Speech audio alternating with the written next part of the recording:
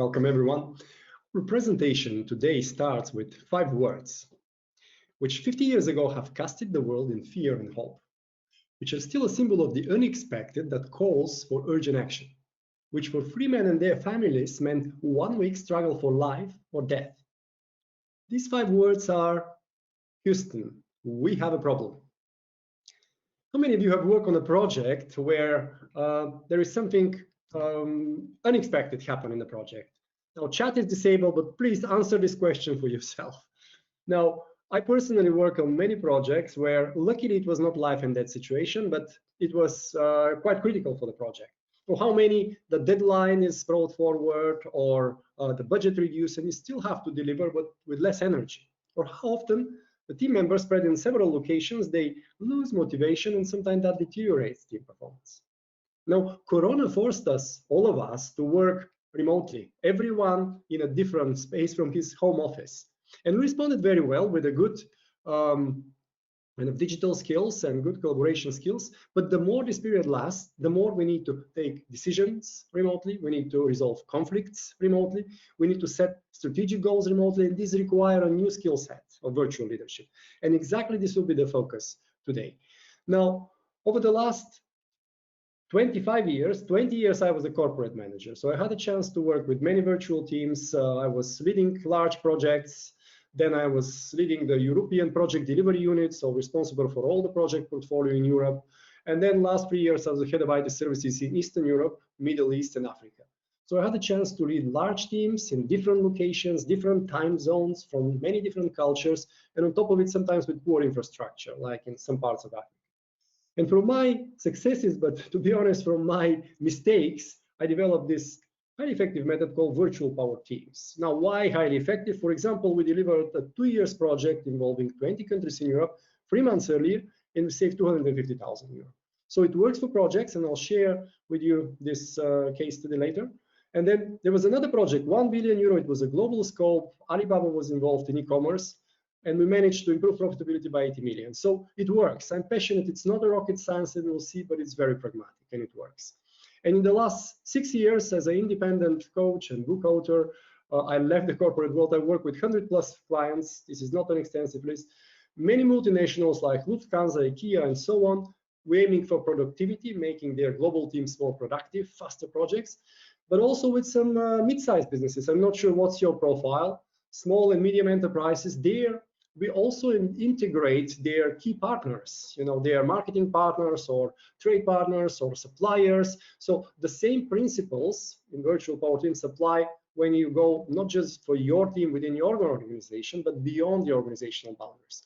And here you will see some digital scale-ups and even some NGOs, non-government organization going for a better world. So same principles apply even if you don't have a hierarchy or salary, and you can still unite the people. Now, from all these experiences, I can tell that the virtual team is like the atom, where you have a nucleus, then you have various particles flying around. In a virtual team, we aim to retain the gravity despite the distance.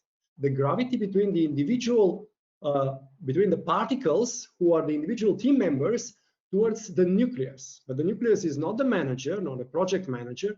This is the purpose and the goal of the team. So you will see in the virtual power teams, we set a lot of emphasis on setting the goal bottom up as a team.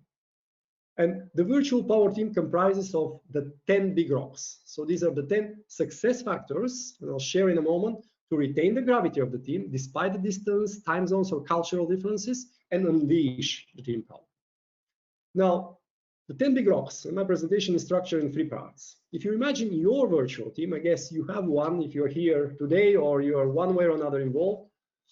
It is, if you imagine your team as a human being, the first part is the head. This is the logical, the cognitive part. And here we'll be talking about personality in focus, the very first big rock. Some managers say, I don't see the people. Why should I bother whether there's individuals? From my perspective, big mistake. I'll give you a very concise format to go deep into their holistic human being. Second one, strength matrix. In a poorly led teams, people feel sometimes anonymous, just like a resource bringing a particular skill set. Here, we will discover, on the contrary, their natural strengths and talents. And when they put them, people start feeling from anonymous like hero, bringing a particular skill set. And if you put them in a matrix so everyone is aware of all the talents in the team, all of a sudden a new feeling emerging. With this bouquet of skills, you could achieve anything.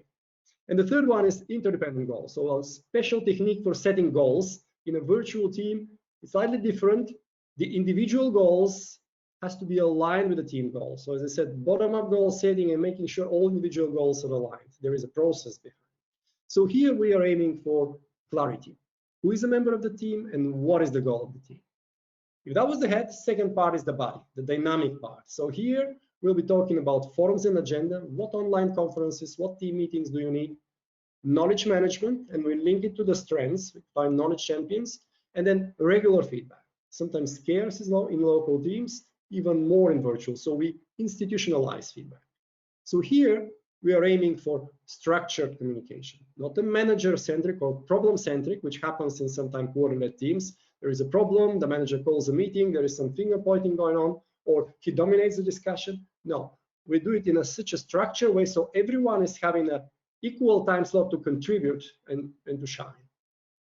And the third part, my favorite, is the heart. So here we'll be talking about recognition. Number one reason for people leaving companies, in fact, they leave bosses, not enough recognition, not companies. So we'll see how from the distance you could provide recognition. Diversity, if your team is multicultural, how can you create the optimal team culture? And then how to establish a winning spirit despite the distance.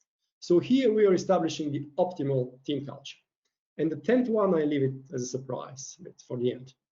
Now, I'm a numbers guy. I'm a mathematician by education, then IT process. I was forced somehow, said, how can you protect your intellectual property? So I've written a book for my delight. It's been translated in 6 languages. It's just one book, but 6 different languages, including Chinese and English and Spanish and so on.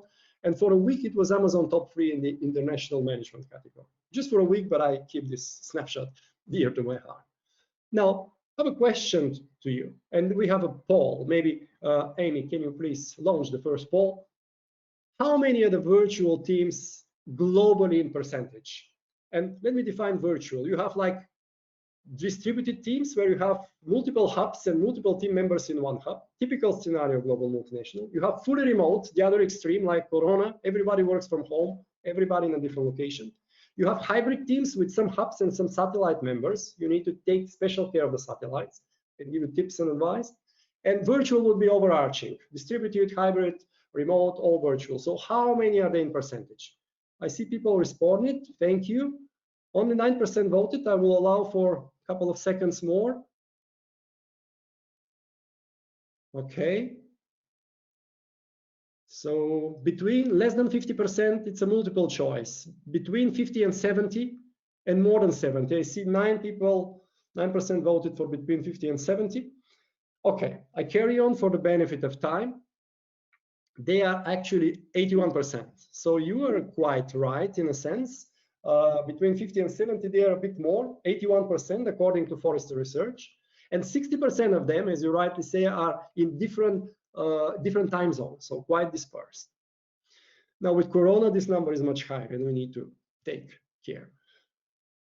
I'll share just Google as a big data company did a project and investigated what is the common characteristic of their highest performing teams. Not sure how many of you have come across this project, but they research as a big data and notice that after some point, their highest performing teams, the teams that deliver consistently top performance, in them, there is equal sharing of time to speak, which means the extroverts shut up at some point in time, the introverts would speak up, so people feel, and they speak like equal time.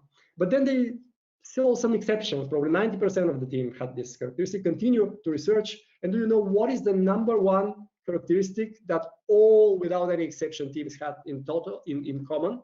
All high-performing teams in Google, they call it psychological safety. So people feel safe enough to take risks, not being afraid that they will be laughed at or they will be punished or demoted, and also to show vulnerability. Not their perfect side, as we sometimes show in social media, but their weaknesses so they can ask for help and get help. That was by far #1. And then you see the other features.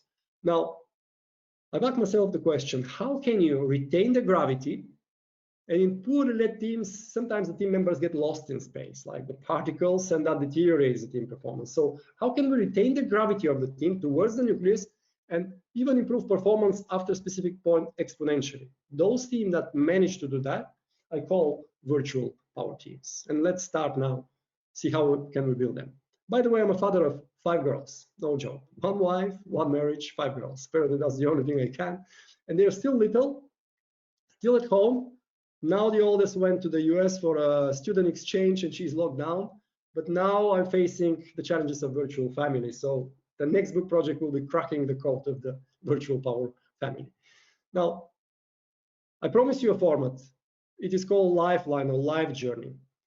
Every time I was appointed a manager, I had the chance to get my people face to face. And now working with the digital scale-ups, we do this online. People present themselves with their life journey. The moments, the highlights they are most proud of, they're happiest, but also the moment which was most difficult, the lowlights, and they nevertheless managed to overcome.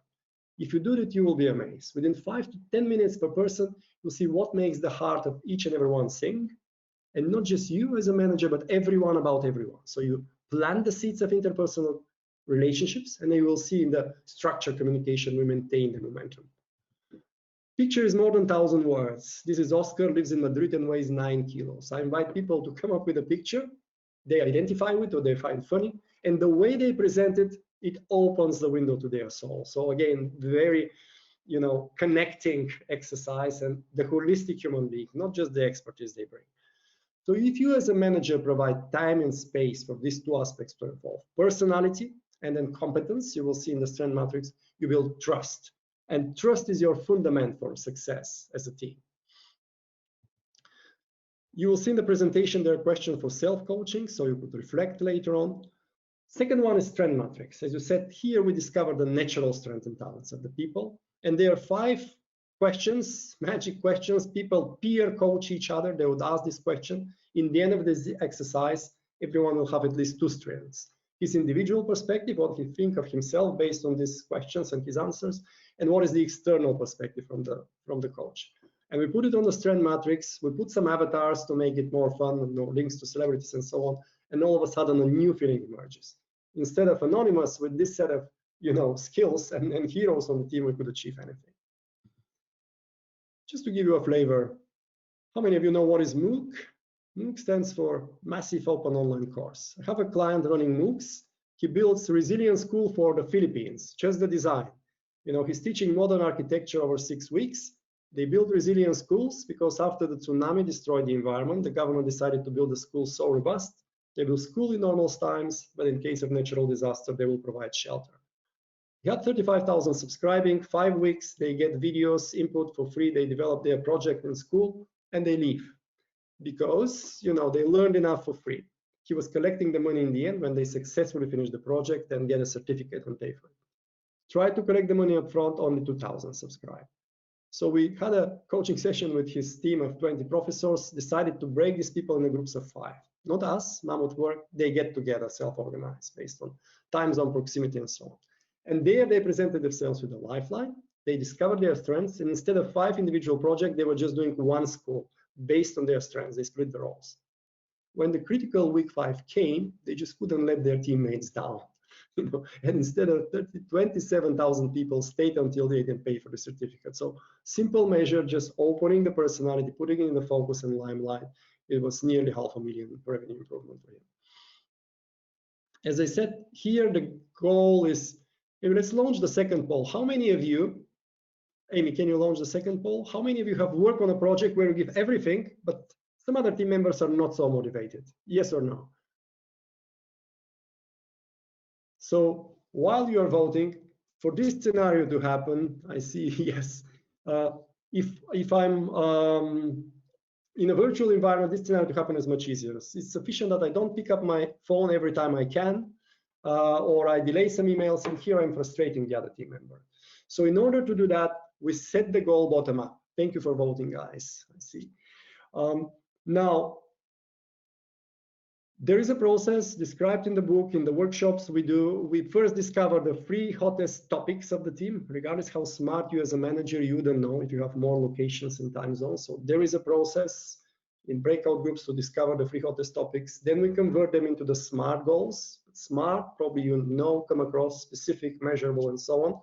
Even more, we made it even more tangible. And then we build the strategic roadmaps. And there is no delegation, but people voluntarily pick their milestones on the roadmap or sub goals. So in this way, ensure that everyone is having his strategic goal himself. This is the way to tackle the scenario and distinction between local and virtual teams. Everyone is having his or her own strategic goal. There was no delegation. They picked it themselves, and you have more commitment. And you will see how in the structured communication we maintain this momentum. So if you do it like this, the goals are interdependent, like a tooth wheel. But the more interdependent they are, the more you depend on your colleagues and teammates, the more you foster the gravity, despite the distance. Second part, the body part, structured communication. So out of 10 big rocks, I will cover 6. That's the maximum we could touch upon on a half an hour. And in the Q&A, you can ask some further questions. So forums and agenda. Usually ask my direct reports as a manager, how often do we meet? And they say once a month is enough. Senior managers having their own teams say, let's start once a week and we'll adjust it. And initially I'm getting like 60–70% of the team members, but towards the first month, we go to 90–100% and we remain there. What's the secret? How many of you have taken part in the phone conference or felt bored at the phone conference? Answer for yourself. I think the secret is not what you hear, not what you see if it's a web conference, but what you do. So I deliberately break the agenda in such a way that everyone is having his time slot. And they start with a 2-minute personal update. It's like the salt and pepper, like what's the record in my half marathon from last week, or how it tastes red wine from Chile Reserve 96, the highlights since we last met. And then they say, what have I achieved? But just milestones, no detail, all detail on the pre-read. What stays in my way? Who can help me out? So you flag the opportunities for collaboration and cooperation, part of the vulnerability, you foster, and then after that, they go in smaller groups and resolve questions. So this is the format. Weekly is not a panacea. You decide depending on the intensity of your team, and the team decides what is our frequency. Once a month in my case, but could be twice a month or bi-monthly. Not an additional meeting, same meeting, it is formal. First one is like phone conference. Second one, everybody takes part by video conference. And here I invite the next organizational layer, the extended leadership team, not just the manager and his direct reports, but their direct reports, or in an SME scenario, small, medium size, or digital scale up, your key partners. And here we present where we are with our strategic agenda. Everyone, remember, from the interdependent goals have his or her own goal.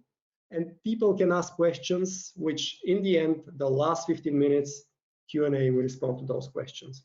So this mixture between personal and professional on the left side with the personal updates, and formal and informal. The formal, they come up with a pre-read, formal everyone see where we are with the milestones achieved, budget review, and so on.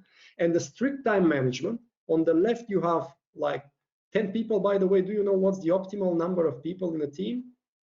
Our research says 2 pizza team. If you order 2 big pizza will be sufficient. Between 7 ± 2, between 5 and 9. You need certain diversity style to get to the optimal, but not too much. With every new member, the communication opportunities exponentially grow, 5 to 9. So you have a 2 pizza team on the left, 1.5 hours.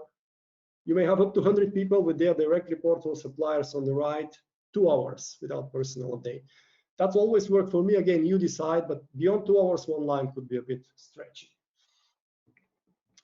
Now, going to the heart, let me give you one case study as I promised. That was a fast-moving consumer goods company, and they had €1 billion project. Chinese partners were buying their products and putting them on Alibaba in 6 countries: Australia, France, Germany, UK, and so on. Vice President of Business Development, he asked the general managers of these countries to get together, accumulate the volume, and the Chinese GM to do a deal with Alibaba. 1 year passed, nothing happened. So he said, okay, let's set up a formal project. And he asked me to come along and facilitate in Amsterdam 1 day, their time very precious and highly paid, to build a holistic team vision and team culture. And we did it on 3 scale, just 1 day workshop. Leading scale, hierarchical versus egalitarian. Hierarchical culture, you ask for permission, you wait for permission, distance between boss and employee. On the left side, egalitarian, you're expected to be proactive, to take action, to challenge your boss. There is a research for all countries, that was the 6 countries. they debated what is our optimal team position, regardless where we're coming from, what is the optimal position. And their aha moment, they came with this star on the left. So until we reach project mandate, we will involve the Chinese, we will be more democratic, egalitarian, shape it together. When we reach project mandate, we will be more hierarchical, as you see the second star. And then this is the brief, go on and deliver. We use two more scale decision-making, top-down versus consensual, and they went almost in the middle. And everybody reflected, what does it mean for me in order to live this chosen optimal culture? And what does it mean for our leader to enable it? And once you have this transparent debate and the team choose it consciously, then they hold each other peer accountable, living the culture. It's impossible for you as a leader to impose the culture, regardless how smart and optimal it is. If it's only if they choose it and hold each other peer accountable. And this is disagreeing. Sometimes Asian take, if you disagree with their point of view, they take it personal, so they consciously reflected and chosen this a bit more confrontational way. 0.1% profitability, accumulating the volume 80 million profit. Virtual power teams, formula. I'm a mathematician, cannot leave you without a formula today. So it's P plus B plus I divided by S. P, personality. You can work with the best people, you can choose the best experts in the world, provided you could unite them in a strong unity. But we know from sports that all-star teams seldomly win the championships. So V is the vision. Vision and setting the goal bottom up. So it becomes the nucleus. It's a key part of the process. I is not innovation, it is intimacy. Not the one that can endanger a family, but going deep into the holistic human being with the lifelines, with the personal updates, and so on. S, which is the less, the better, is self or ego. So we know in the corporate world, sometimes managers have hidden agenda. They have some goals which facilitate their career or their bonus scheme. Now, if we set that goal as a team, and if people voluntarily choose which sub-goal, which milestone they will take ownership from, their own goal, you don't have to develop a hidden agenda. So in this case, we diminish the I and foster the we. Now, last winning spirit is 2006, 2007, I was a project manager it was a global program for establishing global shared services, and I'm responsible for the European rollout. 20 countries transferring IT management from local to the global shared services in Kuala Lumpur. I had two people on the team, initially full-time, German lady Lena, speaking 5 languages, top organized, perfect PMO, and Uzbek guy called Jamshid, based in Moscow. He was somehow larger than life individual. And we started with a lot of passion. First business trip to Kuala Lumpur, project on the radar screen of the global corporation, really big enthusiasm. But after the first probably 90 days, I noticed that sometimes I'm trying to be the smartest person in the room, to tell what is to be done. And I think everyone what to do. And I think even now it's too much, it should be a team effort, but how exactly is to be done. And those people were experts, HR, legal, tax. So after such meetings, it was very difficult neither to push those people nor to motivate them. And I said to myself, what are you doing here? Instead of a productivity factor, as a project manager, I become a break factor, and the burnout is waiting behind the corner. So it has to be done in a different way. And while I was contemplating, Jamshid left the team and came Pilar, a Spanish lady with a red mane and a little bit of a harsh voice. And she brought the fresh wind of change. So she was the first one to introduce the lifeline. And people presented themselves with the lifeline, and I was amazed. I was stupid enough to compete with those people, and now I felt extremely grateful to have a chance to work with this. 6 months down the road, we gathered so much momentum.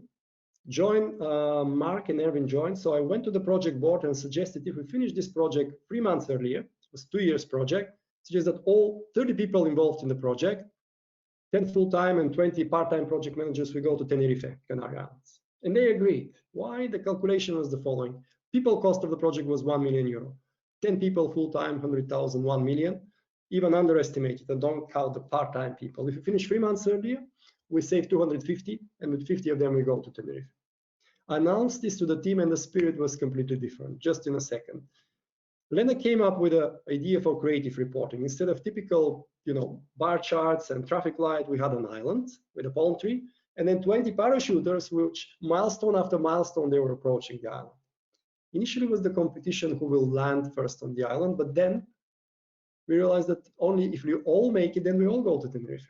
So day after the day, created a wonderful spirit of cooperation. You see at a glance who needs help, who can help, created a wonderful spirit of cooperation. And just one day before the deadline, the last parachuter from Uzbekistan landed on the island. So we had a top customer feedback, we saved 200,000 euro net, and we had a fantastic party. Now, concluding how to build your virtual power team. I covered 6 out of 10. Feel free to use the questions so we can answer the questions. The best way to build virtual power teams with the 10 big rocks is, one is a keynote for your particular team or even for the entire organization, just to make them aware of the success factors for virtual teamwork and collaboration. And it works equally well live for your event. And now in Corona, I've done 20 plus big keynotes with 100 plus people. Could be a tailored workshop where we'll tune the 10 big rocks for your reality, for your industry, for your time zones and location, and we'll produce the roadmap. So we'll produce the team charter, produce the optimal team culture, or it could be online masterclass where individually you can join with other people from other organizations who will learn together, and it's a more extensive, it's 6 weeks course, and you will get a certificate. And all this is in the handout. Now, these are the first 30 pages of my book. You can just get it without any hooks, email, or so on. You can just read the first 30 pages. Or you could follow me on, if you want to get regular updates, like I post a monthly video or blog on LinkedIn. So you could just follow me on YouTube, LinkedIn, or Facebook, where we have a mastermind as well, and we debate cases. Now, I started with a space journey, Apollo 13. Now, let's go back to the universe only for 30 seconds. Do you know that in the universe only 10% is material? 10% are planets and stars. 20% is nothing, like black holes or phenomena that scientists still cannot explain. And 70% is invisible energy, like the gravity that holds the universe together. In a virtual team is quite similar.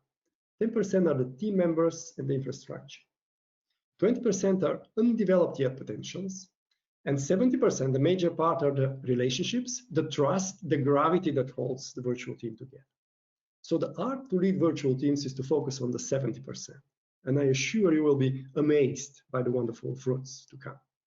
So let me conclude with one sentence which has guided me through the years, and it goes like this.